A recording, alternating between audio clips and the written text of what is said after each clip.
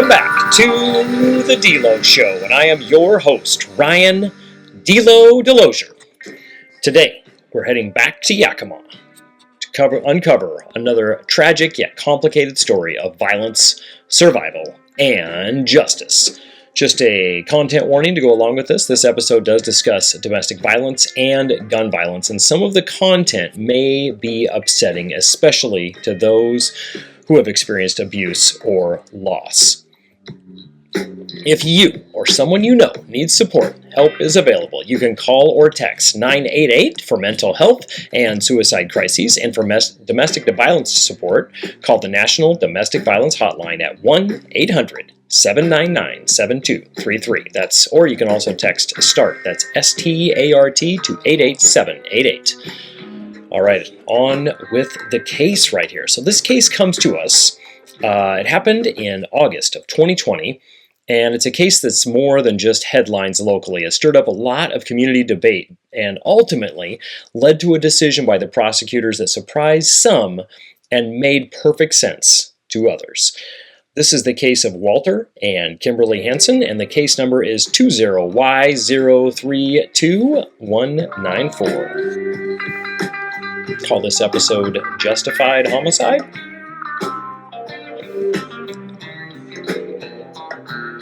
It was a Wednesday morning, August 19th, 2020. Police scanners across Yakima lit up with a chilling call. A woman reporting she had just shot her husband.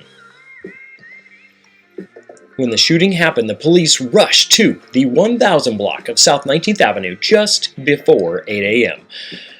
When they were there, they found 51-year-old Walter Hansen in the bedroom, still alive, but gravely injured from a gunshot wound to his head.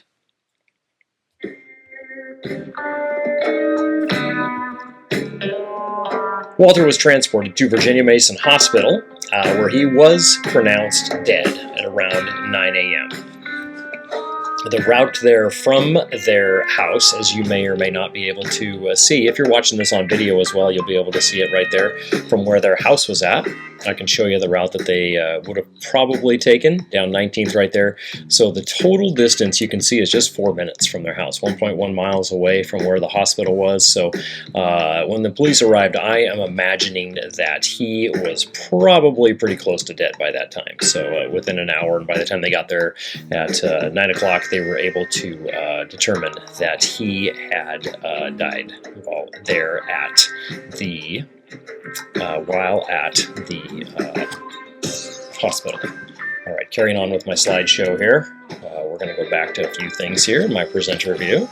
All right, the woman who called 911 was his wife. She was 41-year-old Kimberly Hansen. Remember, Walter was 51, so there's a 10-year age gap right there, something to note. And then according to police reports, when the officers arrived, Kimberly immediately admitted what had happened. And she had said, "I had to do it. It was the only way." All right, more to that coming here as well. She was taken into custody that morning, so on August 19th, after the police had taken Walter to the hospital, and then after they had pronounced him dead from a gunshot wound to the head, they brought her into the Yakima Police Headquarters for questioning. And then we'll get into Kimberly's story right here next. So during the interviews, Kimberly told detectives a harrowing story. She claimed that Walter had imprisoned her inside her home since the previous Sunday. So, a few days right there. She said he wouldn't let her leave. He tied her to the bed and gave her sleeping medication to keep her drowsy. She even alleged that he forced her to snort cocaine.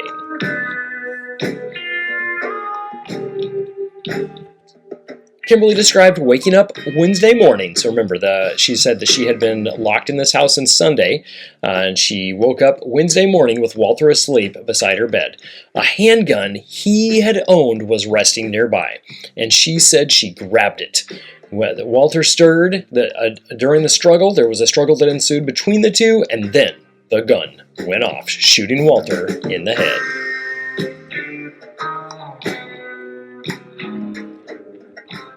Detectives were skeptical of this story. They noted that while Kimberly did have bruises on her legs and shoulders, there were no ligature marks to back up the story that she had been tied up for days. They also pointed out to her first statements to the officers at the scene that suggested something deliberate, not accidental. Remember going back, she said that she did shoot him. She had to. It was her only way. Still, her story highlighted a much bigger picture, a long history of domestic violence between the Hansens.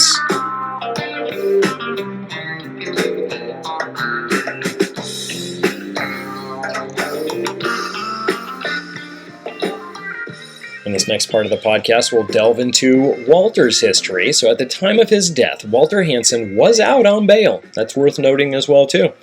He had pending charges for first-degree burglary, second-degree assault, and violating a no-contact order.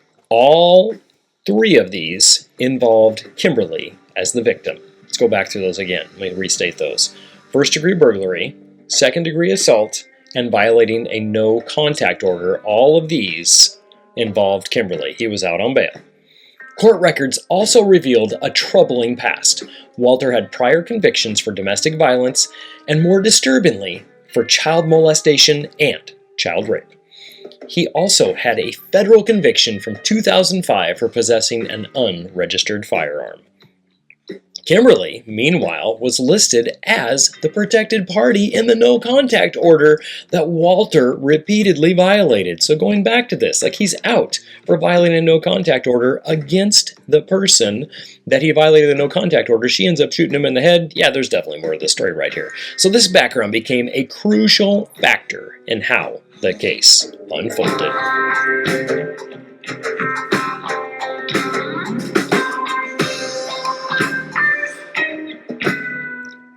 Initially, prosecutors charged Kimberly Hansen with second-degree murder, domestic violence. Second-degree murder and domestic violence. Her bail was set at $25,000, a figure that shocked many because it was just low. The prosecutors wanted $1 million, citing her conflicting statements and the need for the public to be safe. But her defense attorney, Beth Worthcamp, argued otherwise. This is what she said. This is important. I love this line. She told the judge she's only a danger to people who beat and strangle her. So, yeah, and I think that person is gone now.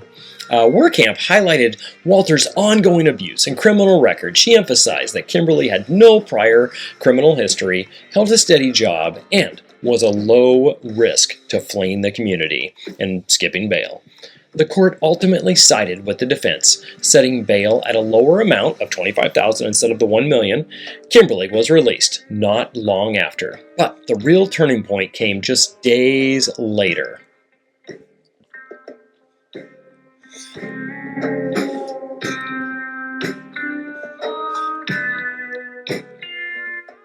Just 5 days after the shooting, Yakima County Prosecutor Joe Brusick made a surprising announcement. No charges would be filed against Kimberly Hansen.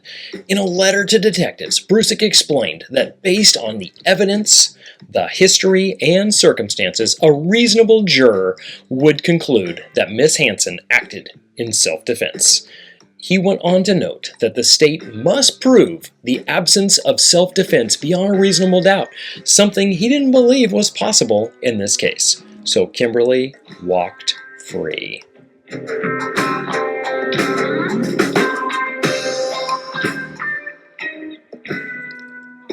The case drew some strong reactions from the community, both in the courtroom and on social media, everyone's favorite platform to voice their displeasure or pleasure with certain things that go on in our community.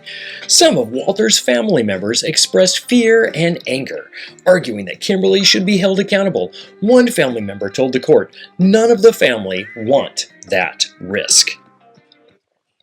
Others, especially those who knew Kimberly's history of abuse, saw the outcome as justice finally being served. On Facebook, one commenter wrote, "If the reports are true, the system failed her.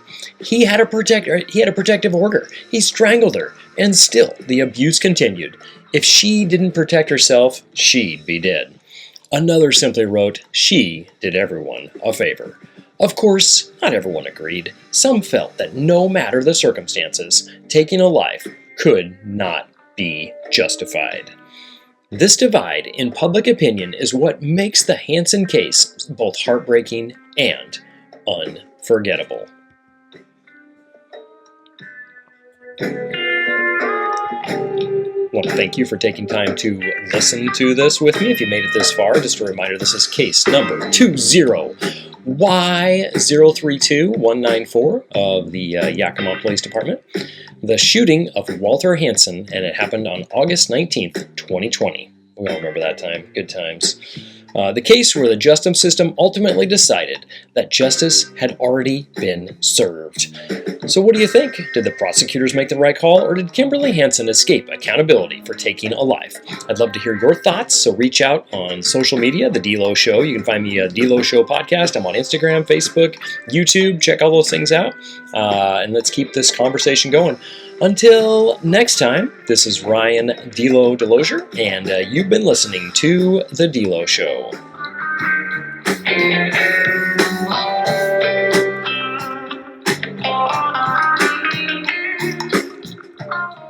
If you or someone you know needs support, help is available. You can call or text 988 for mental health and suicide crises. For domestic violence support, call the National Domestic Violence Hotline at 1-800-799-7233 or text START, S-T-A-R-T, to 88788. Once again, this is Ryan D-Lo Delosier. You can find me on the D-Lo Show D-Lo Show Podcast.